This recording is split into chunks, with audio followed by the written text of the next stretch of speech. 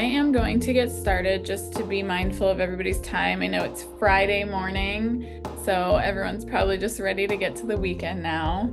Here's an agenda for today. It's going to be mostly our presenters. We're going to lean really heavily on them because they have some really great content to share. And that way we have a little bit of flexibility too in terms of time if there's really rich discussion. So first we're going to have Dr. Edward Gonzalez, who's going to talk about sustaining mentorship through exemplars. And then we have Dr. Nadia Bennett, who has been a presenter here before. So if you came to her first session, you'll see now this is going to be her second session. And then we're going to wrap up. And I have a connector. So in the chat, what is a skill that you would love to learn and why? I love this one because it kind of gets us like a little bit out of our like teacher space and more into our personal space of like, what's something you want to learn? Ooh, skateboarding. I love that. Play any instrument. Yeah. Home gardening, cultivation. Ooh, Dr. Carol Battle, you should talk to Allison. She's like a little gardener. I have a lot to learn from her. I have a black thumb, so I kill everything that I try to grow. It's not very good. That's very generous, Kate. I'm a houseplant queen. I'm not a queen. Okay, let's see. Speak a new, okay, that was me. I want to learn how to bake sourdough bread and play the piano. Yeah. I see another baking bread, gardening, sewing. Not to give up on my Legos. Yeah. I have one of those Legos that have like the adult ones that make all the flowers and stuff, and there's so many parts. I'm like, I can't, it's too much.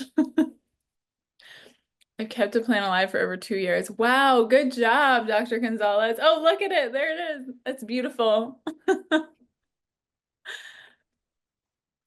Well, thank you all. If anything else comes to mind, feel free to put it in the chat anytime. We're always here to celebrate you guys and what you make sure you're taking care of yourself. So, thinking about the skills you want to learn, think about how you might be able to integrate that into your life a little bit. Okay, so I just want to ground us. I know that most of us know this already, but we always ground all of our work here at the lab in the 10 characteristics of effective residencies. And so the focus of these mentorship deep dives really touch on all 10 of them, but primarily focus on the first one, which is equity, the 8th one, which is mentorship, because this series is really focused around mentorship development. And then the last one, or sorry, the 5th one, which is effective hiring practices, because you want to make sure you're hiring mentors and training your residents to become your future workforce.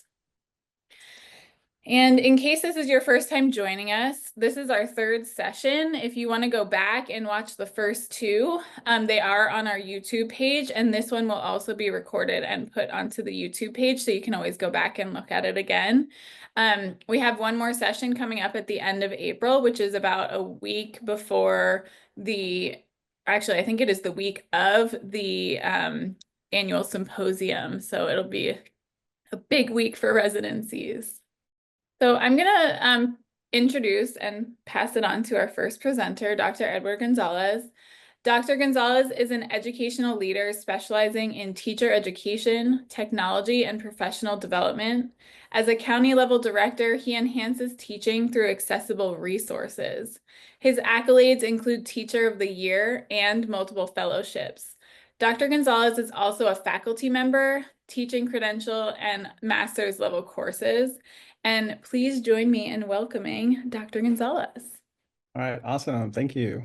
So I'm excited to be here. And although I'm not currently working in a residency program, a lot of my experiences the last few years came out of the residency space where I worked either classroom to classroom with resident teachers, supporting them, teaching classes at CSUB for residents. And all of the work, all the presentation today is going to be through the lens of a specific experience that I had that I almost feel like I'm still kind of, I guess, trying to make up for it. I'm excited to share that. So let me go ahead and start my presentation. All right, so we normally start with the land acknowledgement, and I definitely want to honor and respect the community that we are from here. These are the ancestral lands of the Tohon people and the current Tohon people who are still here and thriving. However, I also want to do a pedagogical acknowledgement on the work that I'm sharing today. So I want to showcase, highlight, and really just shout from the top of the shout from the top of my lungs the name Horace Tate. So Horace Tate, he was a Black educator, administrator, etc., through the Brown v. Board case. So pre and after. And in the book, The Lost Education of Horace Tate, he talks about his experience carrying that work out. Now, what's really exciting about it is that although a lot of the work really is heroic because there's a lot of activism involved, et cetera, he grounds you in the basic pedagogies and what you need to be successful to work in an educational system. And by that, it's interesting because he's a Black educator working in the Black community at the time. And the first thing he says when he enters a new space is, how am I going to get to know the students in this community? Where are they attending church? What clubs are they a part of? What am I going to do after school? And I think whatever you get out of this today, remember back to the Horace Tate adage of how are you getting to know your community, and how does this apply to your community? So our goal, participants are going to develop a common vocabulary and understanding of key concepts related to equity in education, specifically focusing on skills that support the retention of teachers of color within traditional educational systems. And so we're looking at this really through the eyes of Carla. Carla was an actual student that I worked with. She was a resident that I worked with. She was absolutely phenomenal, amazing, and a real person. However, Carla left the field of teaching after 1 year, and that was one of the hardest things for me to really swallow, which was, how does somebody this good, this engaged, like checks off everything that we need, not make it through education? So when I was designing and creating this entire presentation, it was really through the hope of, with hindsight, what would I have been able to do and go backwards as a mentor to really support Carla.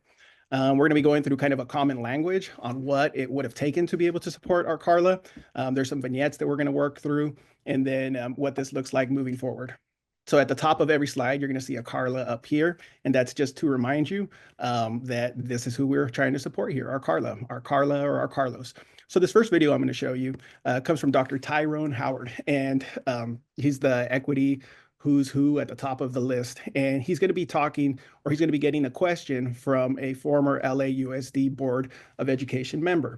And the reason this video is going to be important is because while we're talking about retaining, recruiting teachers of color, we're going to learn here that they already achieved that, but then there was many more challenges that came with it, and how they address it specifically has implications for how we work with our candidates within teacher prep programs. And thank you for give me a thumbs up if you could see. Well, thank you for the books. I know you may not write another, but I hope you do. Okay. And because it's affected both my thinking, and I think it's affected schools of education and teachers across the nation. So I thank you, and I thank you for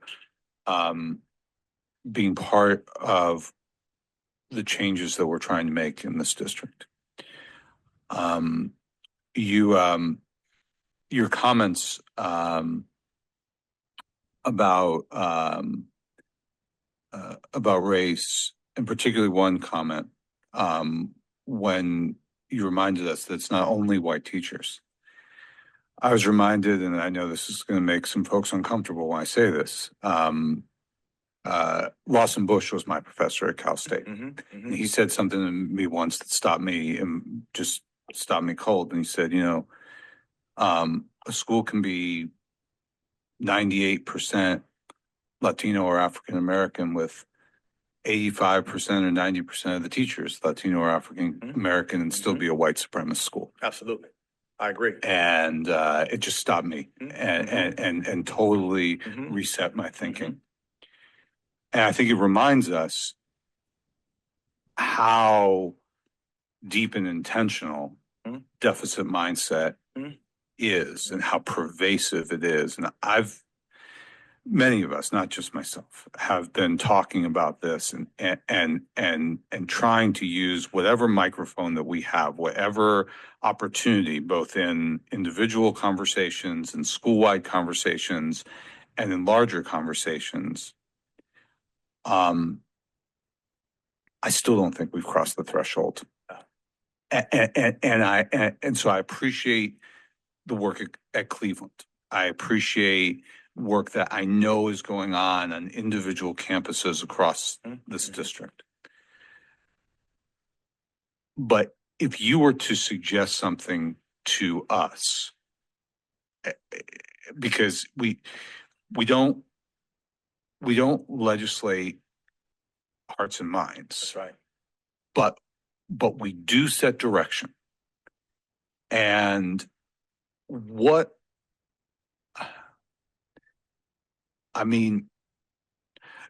used to think that this is all about the next generation of teachers. And and we've supported and some of us have pushed till we were blue in the face about these career ladder programs. Dr. V has Harbor Teacher Prep in his district. I have a program I'm very proud of in Hollywood High School. We have these, and I used to think that it was all about if we could just have teachers from the community. Yeah. But I'm not sure that's all that it is either. Because I do think that something happens in schools of education, frankly, and in teacher training programs, frankly, that still reinforces deficit mindset. So your input to us in terms of if we could do one or a couple of things as a district to just say in every thing that we do that we are going to be just as intentional about attacking deficit mindset as those who have benefited from deficit mindset were intentional about setting up the systems that caused it. That's a good thing. Yeah. No, I appreciate your question, Mr. Zimmer. I think that leadership is key here. And while we know that teachers make the most profound impact at the classroom level, I think what we cannot overlook is the importance of what school leaders do and what school leaders say and how school leaders act and the tone that school leaders set. And so if there was one thing that would be a recommendation from me, I would say that if you took school leaders, and this is why it's been really powerful the last few months working with Dr. Gibson and Derek and the rest of the folks around school leadership, is what would it look like if all school leaders had to engage in this process of really having some courageous conversations about race amongst themselves, right? Just to talk about how deficit thinking originates, where it comes from, how it affects us, how it influences our own unconscious, ways of acting and thinking. Because I think many school leaders get this and understand this, but I don't think many know how to act on it. I don't think many know what to do about it. You can talk to probably any host of school leaders who can say, yeah, I've got teachers who've got some really deficit-oriented types of thinking. I don't know what to say to them. I don't know how to help move them along because they themselves have not been equipped with the skills and the knowledge to do that. So I would start with leaders, right, first and foremost. And if there was some kind of policy that could be set forth that said leaders have to be responsible for engaging in this work, and then once they engage in this work, they then begin to have it trickle down to their staffs, I think that'd be a huge step in the right direction. So when I think of the kind of the situation that he's describing, it made me really consider my positionality, because I recognize that not everybody has the same experience either at the type of schools that you worked at or the schools that you might be supporting. So I always worked in turnaround settings. The residency program that I worked with was the Kern Urban Teacher Residency, and a big push for that residency was to support the Focus School Initiative, which were the turnaround settings. So I do have to be clear with that. And then also when Dr. Howard describes kind of the language that's being used, the deficit-based mindset, I very clearly remember Carla going from like very optimistic to almost defeated within the span of a year. And that's where, for me, the language that we're using, how we're able to communicate that makes a difference. First, I want you to look at this. This is the SARC report for this specific school, and share in the chat anything you notice or anything that you wonder based on looking at this SARC. I just want to add one thing, which is that if you're having trouble seeing it, the slides are in the participant resource handout here. So if you want to pull it up on your own screen, you can find it right here. I see the first emergence of the word gap. Yes, the big gap between the students enrolled and tested. Majority Hispanic Latino. Much stronger in ELA. And this is a few years after I was there. So when I was there, right there, it's proficient, it's 22. When I was there, it was at about 14. 98% socioeconomically disadvantaged. So if you think of it from that perspective, with students at grade level, that's a big task when you walk into any one single class and say, in this class, there's a chance that 22% of these students are at grade level. So now looking at the positionality through the actual school hierarchy, and the way I've set this up, it's to highlight a couple things. One of them, educators of color, what educators were white, educators that lived in the community. And however, those are just markers, because also remember, as Steve Zimmer and Dr. Tyrone Howard were saying, that there's also something to be said about like the culture and how teachers are working and accepting through it. So first, our administration. One administrator came from the Los Angeles area, Latino, Latina. Another administrator came from a rural area here in the Central Valley. And then the other administrator, African American, actually came from the local community. When we look at our TOSAs, so those are our teachers on special assignments, program specialists, et cetera. One teacher came from a very similar community, however, no longer lived in that community. Another teacher, or the other TOSA, was white. And then when it came to teachers, you would step back and say, oh, that's actually a pretty diverse bunch. A majority of the teachers are Hispanic, or a large group of teachers are Hispanic, people of color. There's another sizable group of teachers that are white. And then really the interesting part for me was that out of all the teachers, one teacher actually lived in the community. And so this was a turnaround community, or a community in a neighborhood that was very disenfranchised. And there's been a significant challenges in this specific community. Now, when things start getting a little bit more, when they start illuminating a little bit more, is when we start recognizing, well, obviously all the students live in the community, but 70 something percent were Hispanic, Latino, 90%, 98% low socioeconomics. And then when we look at the classified community, the other interesting part is all the classified community lived there in the local community. And to go even further, a lot of the classified staff also were family members with students. So it was very common to hear something like, well, Eddie's mom works in the kitchen, or Eddie's dad works in the afternoon on the grounds, or Eddie's brother is an aide, or Eddie's sister works in the after school program. And so when we're looking at it through the positionality and the hierarchy, the reason language and all of these things matter is because then we have Carla, and Carla came from a very similar community.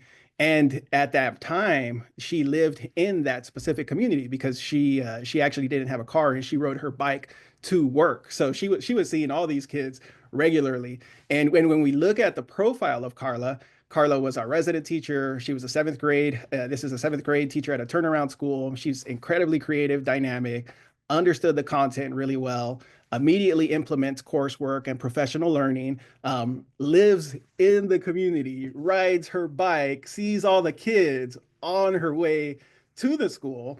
But the challenge that I noticed immediately was that her culture was very different than the established culture of the certificated staff. Really, she had more in common with the students and the classified staff than she had in common with the certificated staff. And so then that's one of the challenges that I wasn't even able to recognize at the time, which is are we assimilating Carla, or are we acculturating Carla? Like, do Carla's strengths have something to bring to this table? Because Carla's in this system by virtue of who she is. However, Carla's having to sacrifice her authenticity to be a part of this system. So I think that's actually what Steve Zimmer was saying, where he says something happens in the program that reinforces a lot of these deficit components. And I saw that actually happening kind of before my eyes across an entire year. Let's see. It's a big giving you a lot of big, I guess, bigger ideas before I jump into some of the activities we're going to do together. But consider for yourself, what are some thoughts or any aha moments in the, if you could drop them in the chat. Let's hope it's okay. I came off mute. It was going to take me an hour to type everything I wanted to say, but I'm just really blown away by looking at the teachers, only one living in the community, and this statement, nothing for us without us, popping in my head, because you could come from a similar neighborhood or whatever, but if you're not there immersed or making an effort to be there and immersed, there's so many things you miss about your school community, and that disconnect is real. And then also the second thing you said of are we assimilating or acculturating? I was like, with that, because I've seen it happen as well, and it's happened to me as well. And I guess I'm just realizing that these are words for what I lived. So that's all, just some thoughts. Thank you. And we got a lot of other great comments in the chat as well. One of the other ones that I want to point out is if we're looking at this graph, especially going back to Horace Tate, even if Horace Tate didn't live in this community, the first thing he was going to do was, where are they going to church? Where are, what are all these other ways that I can get involved and be a part of this? Although he did go and live in those communities. And he still, that was like the expectation, the requirement.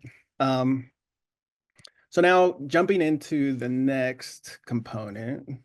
So from deficit to asset. And so this is very much addressing what Steve Zimmer was saying in terms of like, why is there, where does that deficit mindset come from? And then how have they been replicated and embedded within a program, and why are they so hard to get rid of?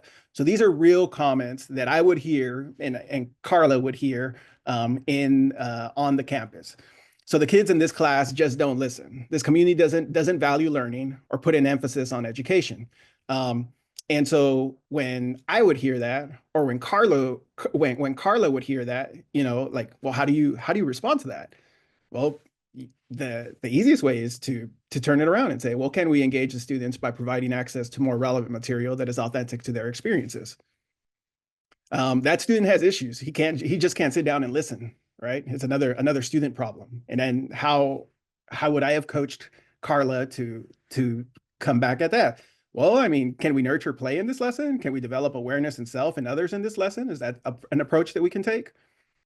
She's from Mexico. She doesn't speak English. She's already working in the fields, and school isn't important to her family. Can we build on her home culture? Can we build on her prior forms of knowledge? He's been in ELD forever.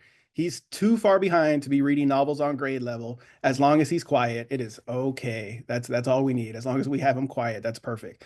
Can we scaffold the language in the novels and provide graphic organizers to support note taking? And so here's kind of the beauty of this.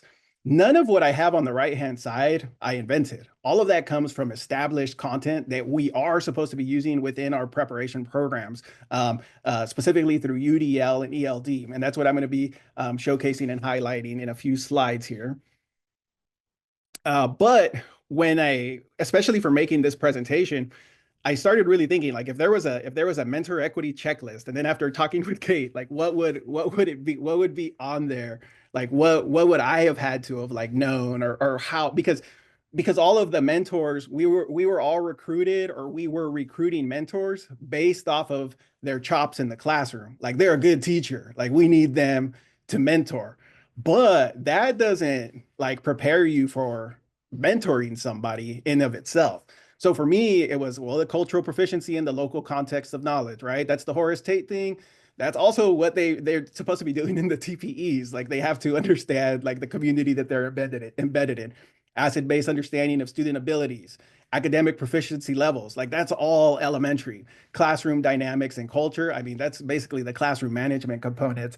But the part that I think never really quite got to me or to Carla was promoting and practicing a shared professional language rooted in equity. Sometimes I would even refer to it as like intellectual self-defense. When the deficit components are coming, like, how do I defend against that? Do we just close the door? Do we say, oh, just don't listen to those people? Or is there actual ways that we could defend it? And as you see with that deficit-based mindset, you can very easily come back. So the framework for equity, okay? And again, this isn't invented. We believe that all students can achieve grade level, content level mastery. So there's content standards. Content standards are rigorous. They're based in the learning sciences. There's all these components on how standards work. And then there's UDL. Like, that's a thing where we're in California, we have the whole child initiatives. You come in through the instructional component using UDL, Universal Design for Learning, and that's something that is required. And then we have integrated ELD. If you have an EL student in your class, congratulations, my friend, you are an ELD teacher. You are required to do ELD within your classes. So again, none of these are like they're not, these aren't like my own personal thing. These are they're rigorous, they're required to be learning. They take a ELD class, they take a UDL class, they take specific content level standard classes throughout their preparation program, and the language is all built into it. So what is that language? What does that language look like? So especially with the revamp of the UDL guidelines from CAST, you can see UDL, vary activities and sources of information so they can be personalized and contextualized to learners' lives. You cannot personalize or contextualize if you do not know their lives, period. Like that's not even, it's not saying if you, no. Personalize and contextualize for their lives.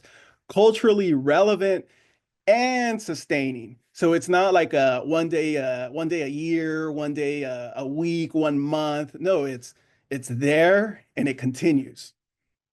Socially relevant, age and ability appropriate for different racial, cultural, ethnic, and gender groups.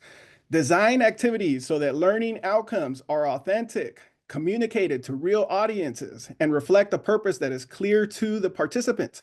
That's basically our kids are bridges to the community. They are our bridges to the community. And we don't know that unless we are contextualizing, we're making it culturally relevant, et cetera.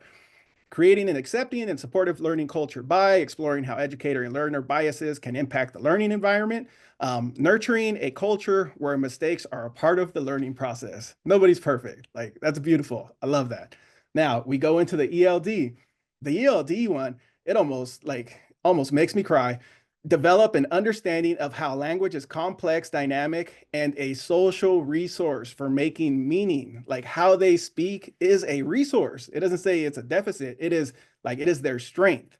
It goes further. It says, different languages and variations of English exist and recognize their home languages and cultures as resources. That means that we're not just saying, oh, well, they don't even speak English right, or, oh, that's not proper English. No. It says here that their variations exist and they are a resource. That's beautiful. Like, I don't know how much more asset-based we can get than that. One of the key findings is that from research is that effective instructional experiences for ELs have the following features. They value and build on home language, culture, and other forms of prior knowledge. Again, if you don't know your kids, if your residents don't know your kids, if your mentors don't know who the kids in the community are, like, I don't know how you do that. Like, that's the basic piece. All right, so I'm going to show you a video, and Actually, before I do that, share some thoughts, questions. Aha. Oh, I got a couple things. Intellectual self-defense. That's a Noam Chomsky word. Yeah, I just wanted to share, and I apologize, my camera's not working today, but just kind of that idea of leveraging like the beauty of the language, their multiple literacies, their multiple identities. So just really allowing them to bring their full humanity, like linking back to what you said with acculturation and assimilation. So I continue to think about bringing the fullness of who they are and who they want to be into the classroom. Yeah, the who they want to be is key, right? Like we can all Yes. aspire. Thank you. And if I could get one more question, comment, anything. I'll come off mute. One thing that just really resonated, Eddie, as you were unpacking these different standards is how different, like these are the standards, but they're so disconnected from what's actually happening on classrooms, and on school sites, and how they haven't been integrated into the culture, that's really supporting the students. And so we're using these, I mean, hopefully in the best possible case scenario, we're using these standards to develop and nurture our residents. But then once they get into the actual school sites, I can imagine them feeling a lot of, that dissonance or just disappointment around and disillusionment with the education system when they've been enculturated with these ELD standards and the universal design for learning, and then they get their mentor teacher or they interact with other people on site, and it's not only is it draining, but it feels like, well, do I belong here, or how am I going to fit into this space if this is the culture? Like, especially Carla, someone that comes from that community that probably shares some of the same traits as the students. She probably speaks Spanish and uses multiple variations in the way she speaks. And so if that's not something that's honored or seen as an asset, then she feels like she doesn't belong. Yeah. No, thank you. I mean, truly, we would say, like, unfortunately, the way the system is carrying it out, they're treating you like you don't belong here, and like the kids don't belong here. So exactly, who is this school for? If the students and the people who are coming in to do that work, yeah, that's so. Thank you. So we're gonna jump into lesson demonstrations. We're going to go off of this through scenarios. And so learning theory, like how do we make this actually apply? This also goes with mentors as well. There's, we can bring all of those components up and share them. UDL says this, ELD says this, but really ultimately it's where the rubber hits the road is like, I got to see it, like, and let's talk about it. Now, one of the biggest challenges that I would see working in residency programs and then with mentors is there would be, sometimes it was like magic. Like things would be described as if it was magic or as if somebody was natural. So hey, I want you to see this class. They're a really good teacher. It's like, why are they a good teacher? They're just really good. Look, notice how the kids listen. But in some ways, that almost diminishes the hard work that that those teachers are doing. And when I say diminishes, I mean you don't see the prep, you don't see how they were able to navigate some of these challenges, you don't see everything happening in the background, and you don't see that they're actually doing a lot of those ELD and UDL components, et cetera, et cetera. So what I'm really advocating for here as we're going through this lesson demonstration is we're not looking at it through the lens of, is this a good teacher? Is this not a good teacher? Or is this a great lesson? Is this not a great lesson? We're looking at it through the lens of the needs of a student that we would have in our own class. So this is another real student that I have, and this is Alex. So Alex is very social outside of class. He works very well independently, social butterfly. He's almost on grade level as a reader, super proud of his culture, has a high interest in his heritage. Alex also has trouble working in groups with other students. He has a history of getting overly defensive and argumentative with students in the classroom. And then Alex is also a fluent speaker and reader in Spanish at the bridging level. He's also classified as a long-term English learner. So we're going to watch this lesson, and we're going to start thinking about, as we go through this activity, how would we modify this lesson for our specific Alex? Why is something like this important? Well, when we're working with residents, that doesn't work for my class, or does that won't work for this student. So it's like, it does, but we have to look at it through this lens. What are the barriers that are preventing students from being able to carry out this work? Again, it's kind of that intellectual self-defense. That lesson would never work here. Oh no, it would work. Like, let's talk about what the barriers are to ensure that lesson can work here. So I'm going to play the video, and then we're going to be going through the activity for context. This is a teacher up in Arcata, and I also have like her lesson plans and additional resources that you'll be able to keep for free afterwards. Get into our actual writing is a little warm up that's kind of playful. You have, well, the 8th years got to do word roots before. I'm going to skip ahead in the slideshow just a sec. 8th years got to, yeah, do word roots last year. 7th years will start doing Latin and Greek word roots in the second half of the year. And we learned that a lot of our words come from Latin, from Greek, from German, and our words are often made of chunks, roots that have meaning. And we actually become better spellers and better users of words when we start to understand the chunks instead of just looking at the letters, right? And you may not even realize it, but you already, through your experience and your wisdom, understand a lot about word roots already. So I put some roots up here from Latin, Greek, and German languages that I bet you could already figure out. Please don't say them out loud. Is somebody willing to read from Latin? Like maybe we can kind of go around, start from Iris and go around through your table. Will you guys read the 3 A words? Aqua. And the root, the root. Aquatic. Aquatic. You have a challenging one. Aquifer. Aquifer. And Zuma. Aquaman. Aquaman. So what do you think aqua means? Bobby? Water. Thank you. Next one, couch. Thanks, Cam. Yeah. Yep. Hendrik, that's you.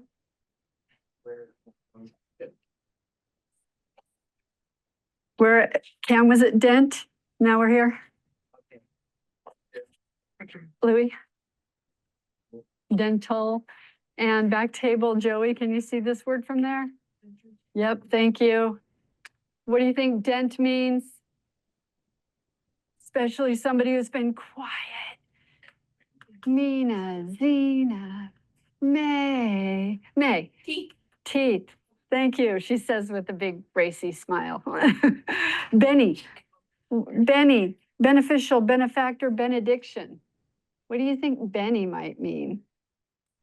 Mars? Like good. Yeah, good. Excellent. Look at the Greek. You guys are not interested in this word. We'll just skip right over phobia and move on. Okay, phobia, claustrophobia. Somebody read the next one, Lincoln. Phobia. And the next one, Emerson. Phobic. And anybody have another phobia they want to share? Baxter. Hippopotamonstrossus quippedaliophobia. Thank you. How did I know? How did I know? Mars? Phobophobia, fear of phobias. Oh, thank you. Thank you. Louis? Phobia, I think as I say, it's the fear of palindromes, which I've totally known. Really? My friend Hannah wants to meet you. Get it? Hannah. Oh. Okay. All right. So what is phobia? Oh, sorry, Seb. Megahydrothalassophobiia. One more time, please. Megahydrothalassophobiia. You have big objects in deep water. What is? So you just brought meaning to my life. I was at the Queen Mary, huge ship floating in the Long Beach, and I was terrified standing next to it. And I had no idea why. I knew it didn't make sense, and I did not know that that existed. But it's big objects in the water. Yes. Oh my gosh. Thank you. That's really interesting. So what goes on next from this lesson is the kids are going to go off into groups, and in groups, they're going to be creating their own fictitious root word. Using different, or their own fictitious word using different root words. And you can come back later. You can see the words that they come up with. It's pretty funny. So imagine you walk your resident into a class, and your resident goes through this, and then it's like, oh man, that's amazing. The kids were engaged. I like how they were excited, et cetera, et cetera, et cetera. And then, but I don't think Alex would do good in the groups. Why not? Well, you know how he is. He has trouble. He gets defensive. He gets argumentative. Should I put Alex to work by himself on the side? And then that's where, again, the deficit and all those components start to happen.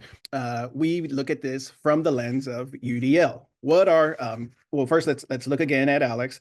Alex is very social outside of class. He works well independently, so that's a great asset of his, but we don't want to abuse that and make the kid, work independently forever. Alex is almost on grade level as a reader. That's fantastic. He's very proud of his culture and has a high interest in his heritage. Those are all great things.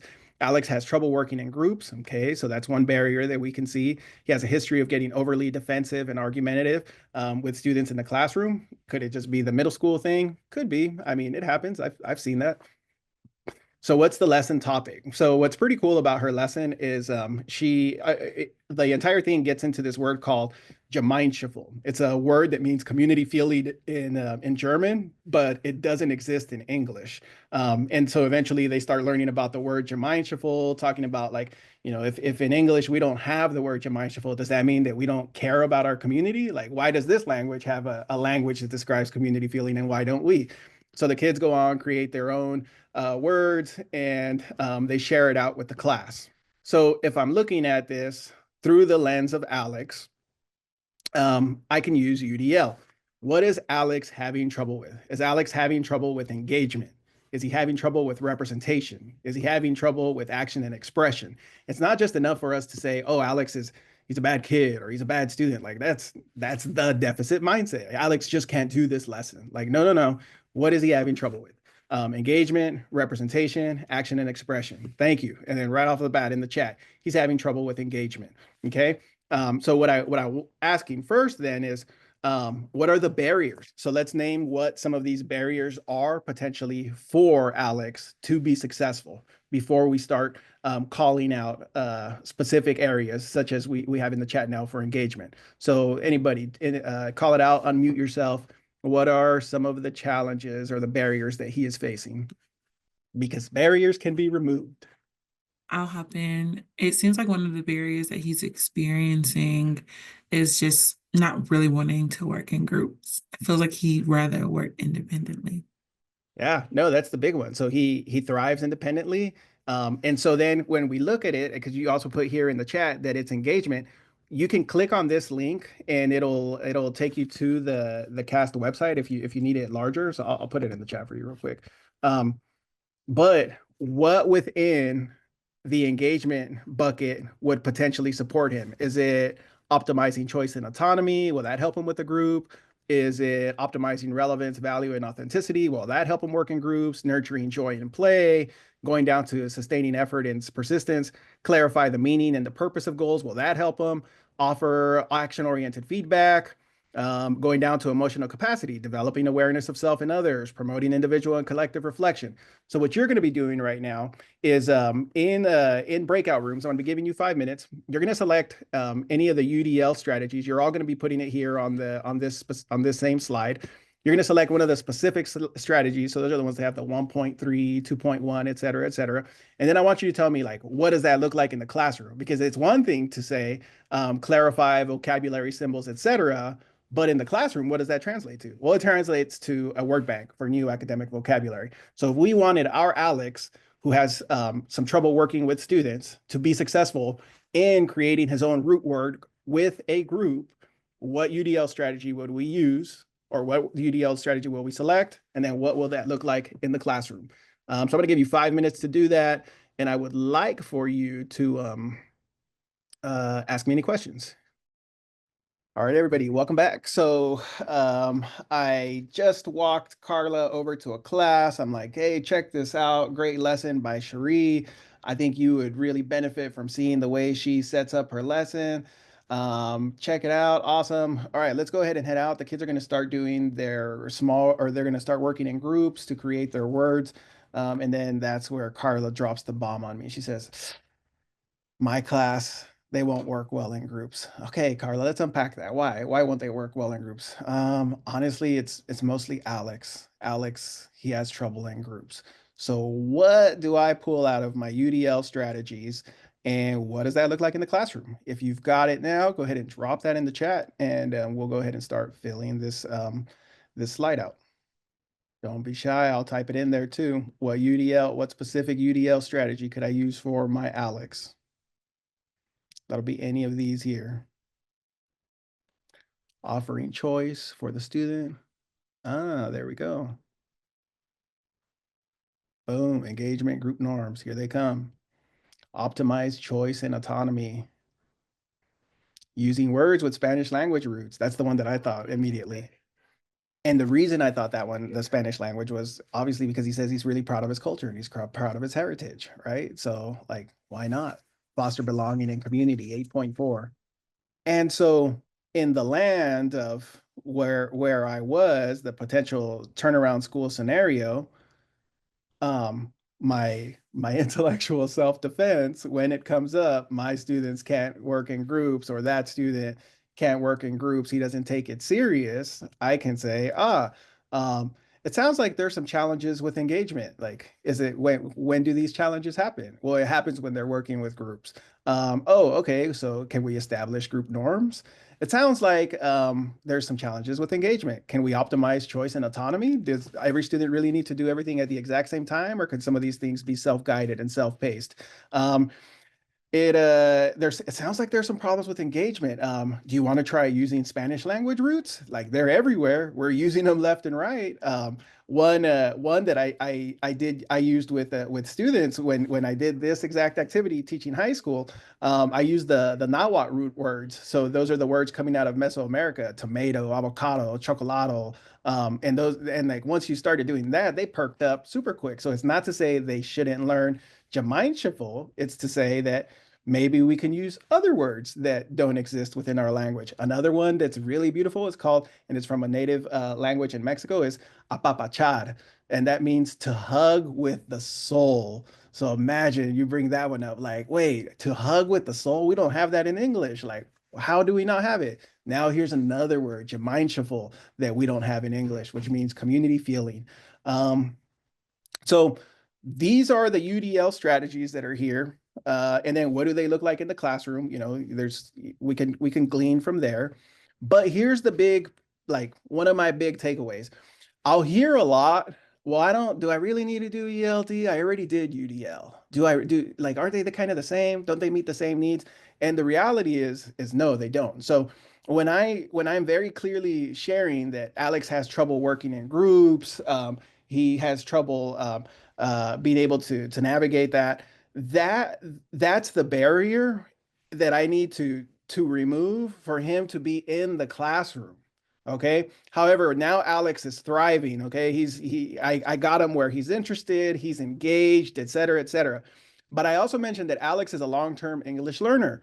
If I want to address his language needs and I want him to be successful, to be able to reclassify, that is where my ELD supports come in. Because just because I've removed barriers for Alex to be successful in the class and engaged and feel like he belongs there, I am not actually supporting his very specific academic language needs. And you can do that with integrated ELD, which again is a requirement. If you are in California, you are required to actually use that. So in the interest of time and to make sure we still have our discussion, I'm not going to do the ELD component here, but I had mentioned Alex is bridging. He's bridging. So that's over here on the far right, that bridging. So another kind of misconception out here is, well, I do ELD. You know, I use sentence frames. Like, stop right there, my friend. Like, sentence frames at what level? And so here with Alex, like, it gets much more clearly. It's not sentence frames, maybe it's conversation frames, structuring conversations, requiring different points of view.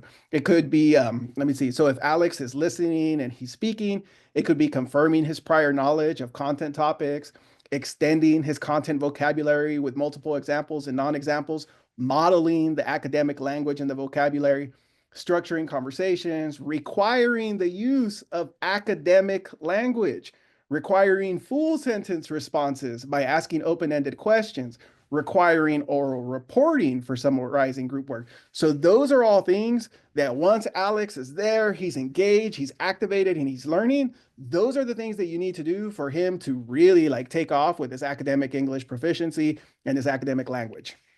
Yes, I'll share that link as well. It comes up from the ELD toolkit, but I'll make sure I get that in there. Sorry about that. So we're not gonna do this one. That's kind of what the next component would be. I would encourage you to do that with your own residents and the programs that you support. But here are my bigger questions, and I want to open this up to more of the discussion. And please unmute yourself or put things in the chat. So my question, how are your residents receiving equitable access to quality ELD and UDL training program wide? So looking at it from the lens of your Carla and your Eddie, how are they learning this information? How does this language actually get translated out into the field? Can I ask a clarifying question? Go for it. Thanks. Are you asking how are we preparing our residents to be able to deliver quality ELD and UDL support? Correct. Correct. Like how are they getting that? Where are they getting it from within their program? Got it. Can I take a stab at it? Go for it. Okay. So our residents are getting this through coursework. And our coursework aligns with projects that are based on students whom they choose that meet those sort of like identifying markers. So like choose a student who is an English language learner, or choose a student who is a student with an exceptionality. I don't like to call them disabilities, but like choose these students and they become sort of like, I hate to use the term case study because they are real students with real exceptionalities, but like choose those students and follow the guidelines of the program, I'm sorry, of the project. And then toward the end, typically it's like create a plan, support of accommodations based on what those students' individual strengths and needs are. And then at the end, there's an opportunity for them to reflect on like any instructional decisions that they made, any aha moments, anything that they would change, knowing now what they know. All right, awesome. Thank you. And it's all through and it's all baked in, right? And that's similar to what Kimberly's saying here. She's saying they're getting it from their program in Alder and they're going over it in seminar, then they're practicing it in their placements. And then the TPA also helps them link all of it, right? And then that's they have to submit it and it gets reviewed, et cetera, et cetera. So we're all doing it, we're all seeing it. And here's the next question though. But does like the professional language, as they're doing that, does that professional language then make it into like regular discourse?